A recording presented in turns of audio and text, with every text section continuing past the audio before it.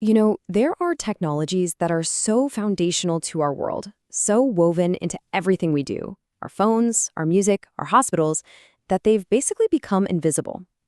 Well, today, we're going to pull back the curtain on one of the most powerful and important of them all, digital signal processing.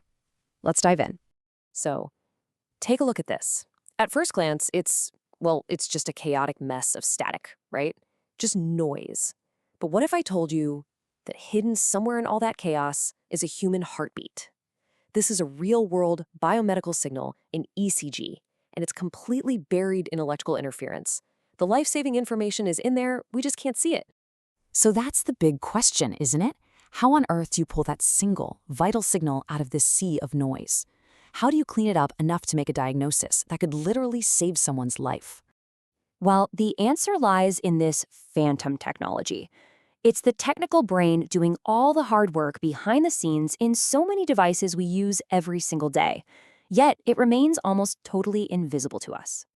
Okay, first things first, let's get on the same page. What even is a signal? It's actually pretty simple. A signal is just any physical thing that changes to carry information. My voice, right now, that's a signal. It's just changes in air pressure over time. The temperature in a room, the voltage from a sensor, they're all signals. Now, that messy heartbeat we saw is what we call an analog signal. It's continuous, it's from the real physical world, and computers, well, they can't work with it directly. So the first step is to translate it into a language a computer can actually understand, a discrete time signal, which is really just a long sequence of numbers that a processor can crunch. And this is the basic game plan. It's called the DSP pipeline. First, that real-world analog signal gets fed into an analog-to-digital converter, or ADC. That's what turns it into numbers. Then the digital signal processor, the real brains of the outfit, gets to work, running all sorts of math on those numbers. And finally, if we need it back in the real world, a digital-to-analog converter, or DAC, can turn that processed sequence of numbers back into a clean analog signal. This quote just nails it. DSP really is the phantom technology. It's the silent intelligence in your phone that makes your voice sound clear. It's the code that compresses your music so you can stream it. It's the algorithm that sharpens a blurry medical scan. It's absolutely everywhere, but we never actually see it. We only ever see the results. So, what's the result for our heartbeat problem? Well, by pushing that noisy ECG through this pipeline, the processor can run an algorithm that mathematically pinpoints and just subtracts the noise. And what's left is the crystal clear heartbeat that was hiding in there the whole time. That's the power of this stuff. Okay, so we know DSP can pull off this magic trick, but how? How does a computer know what's the important signal and what's just random noise? Well, the secret lies in knowing that you can look at any signal from two completely different points of view. I mean, let's really think about that. To a computer, it's all just a long list of numbers. So how does it possibly know which numbers represent the heartbeat and which ones are the junk we need to throw away? The secret, the whole key, is representation. It's all about changing your perspective. It's like looking at a building from the street versus looking at it from a helicopter. You're seeing the same object, but each view tells you something totally different. The same is true for signals. And that brings us to a signal's two faces. On one side, we have the time domain. This is the one we're all used to seeing. It's a graph that answers the question, when did something happen? It shows you how a signal's strength changes over time. But then there's the frequency domain. This view asks a totally different question. What is this signal made of? It breaks the entire complex signal down into its basic ingredients, a mix of simple sine waves at different frequencies. And here's the absolute game changer. That annoying noise, like the 60 hertz hum from our power lines that messes up audio recordings, it often hangs out at a very specific, predictable frequency. In the time domain, that hum is mixed in with everything.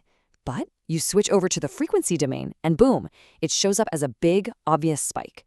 That means we can go in, surgically remove just that one frequency, and then transform the signal right back to the time domain. It's incredible. Now, understanding this time-frequency duality it's fundamental. But where's the field actually going? For all you students and researchers out there, the really exciting stuff is happening in how DSP is getting clever enough to replace bulky, expensive hardware with smart, efficient software. And one of the biggest frontiers right now is something called multi-rate signal processing.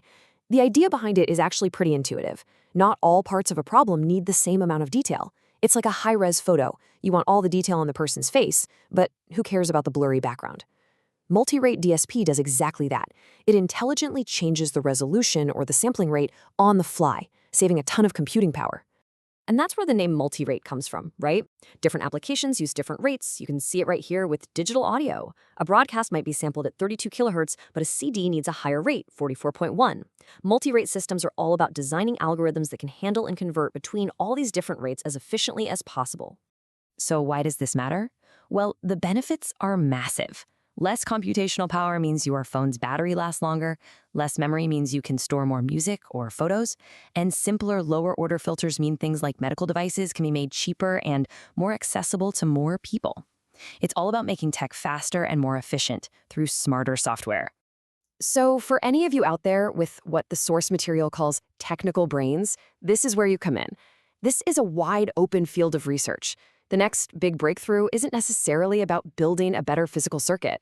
It's about designing a more clever, more elegant algorithm. It's about solving old hardware problems with brand new software. We've gone from a noisy mess to a clean heartbeat, from one domain to another, and from the basics to the cutting edge of research. But I want to leave you with one final, much deeper question that all of this technology brings up. Just think about it for a second. If a signal is really just a list of numbers, and we can view those numbers in the time domain, the frequency domain, or countless other ways, and we can write algorithms that add or remove pieces of it with near-perfect precision, well then, does that signal have one single objective truth? Or is its meaning, the information it actually holds, defined entirely by the perspective we choose and the questions we decide to ask of it? Maybe, just maybe, what we choose to see is what we find.